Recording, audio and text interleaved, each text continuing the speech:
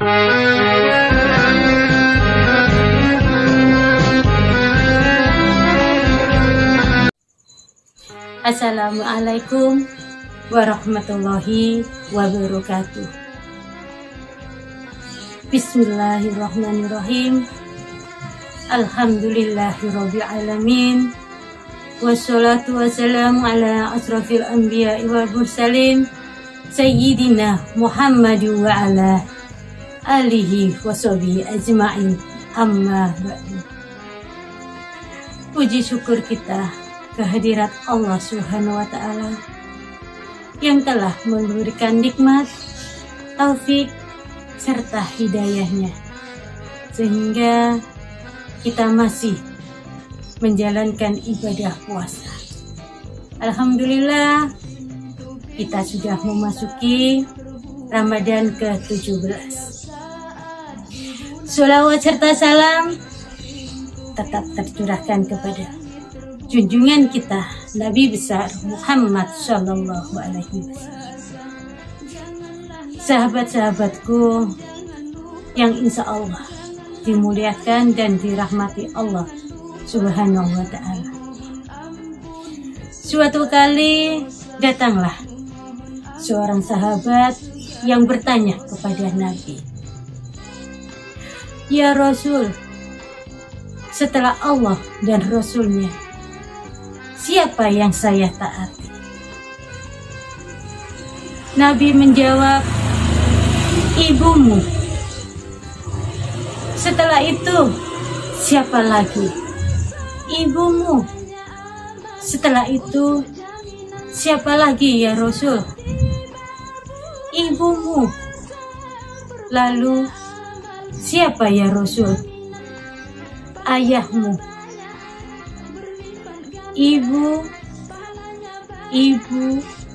Ibu, ayah. Nabi memuliakan ibu sampai 3 kali, ayah cuma 1 kali. Ternyata setelah kita pelajari, ada 3 kelebihan yang tidak dimiliki oleh seorang ayah. Apa itu? Yang pertama yang dimiliki oleh seorang ibu yaitu ibu yang bisa hamil. Ibu yang melahirkan kita berapa lama? 9 bulan 3 hari.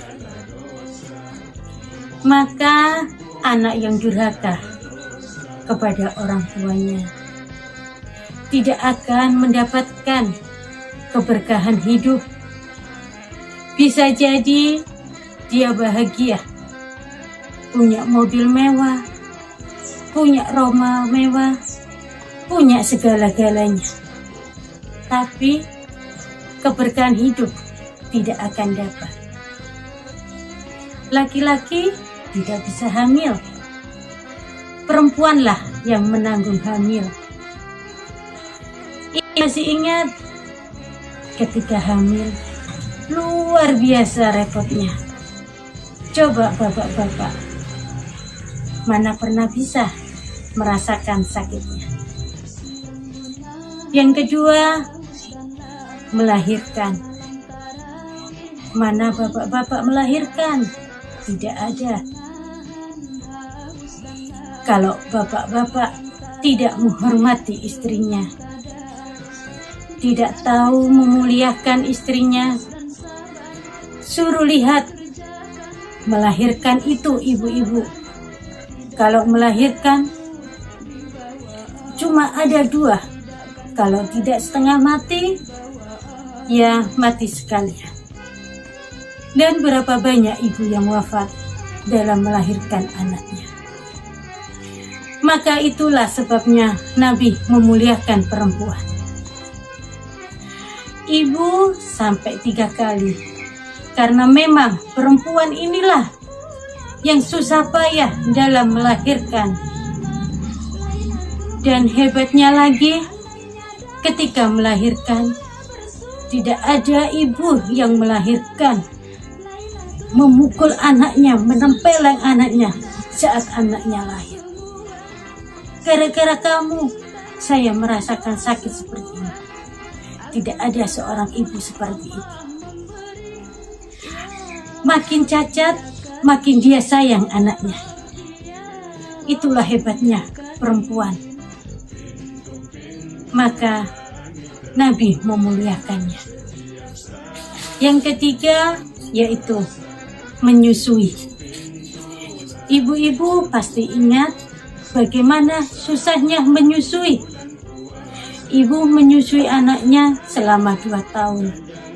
Bahkan ada yang lebih dari 2 tahun. Masih ingat ibu? Ketika anaknya usia 6 bulan, dia sudah tumbuh giginya. Masya Allah, gimana anak itu menggigitnya? Apa ada ibu yang marah saat digigit anaknya? Tentu tidak. Ibu hanya bilang, ayo nak, lepas. Oleh sebab itu, Rasulullah memuliakan sampai 3 kali. Kenapa? Karena ada keutamaan perempuan yang tidak dimiliki. Inilah fitrah wanita.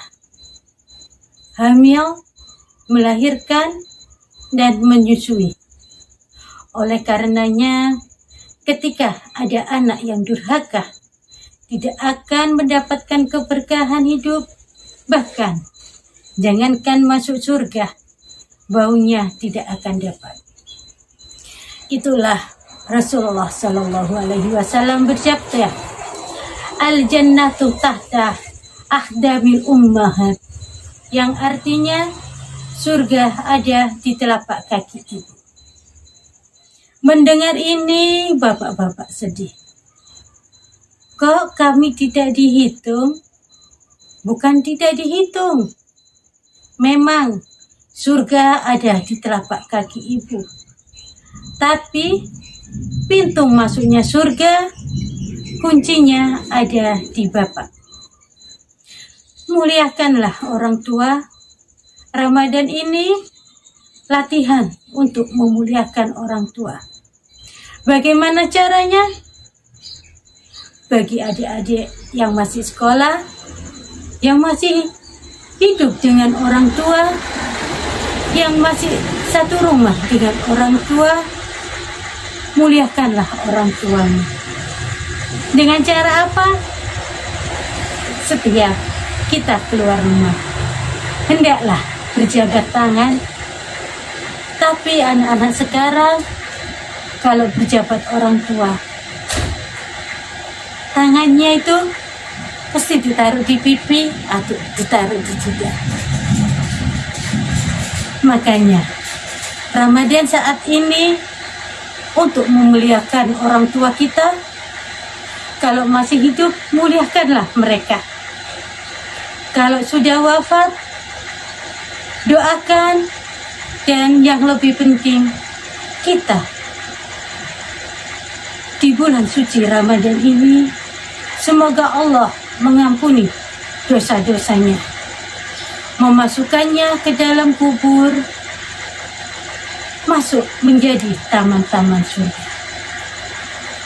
Yang terpenting, kita berkumpul kembali bersama ibu dan bapak kita, bersama Rasulullah Shallallahu Alaihi Wasallam. Minum di telaga Al-Kautsar. Amin, amin, amin ya robbal alamin. Demikian sahabat-sahabat semuanya yang bisa saya sampaikan pada kali ini. Wabillahi taufiq wal hidayah. Wassalamualaikum warahmatullahi wabarakatuh.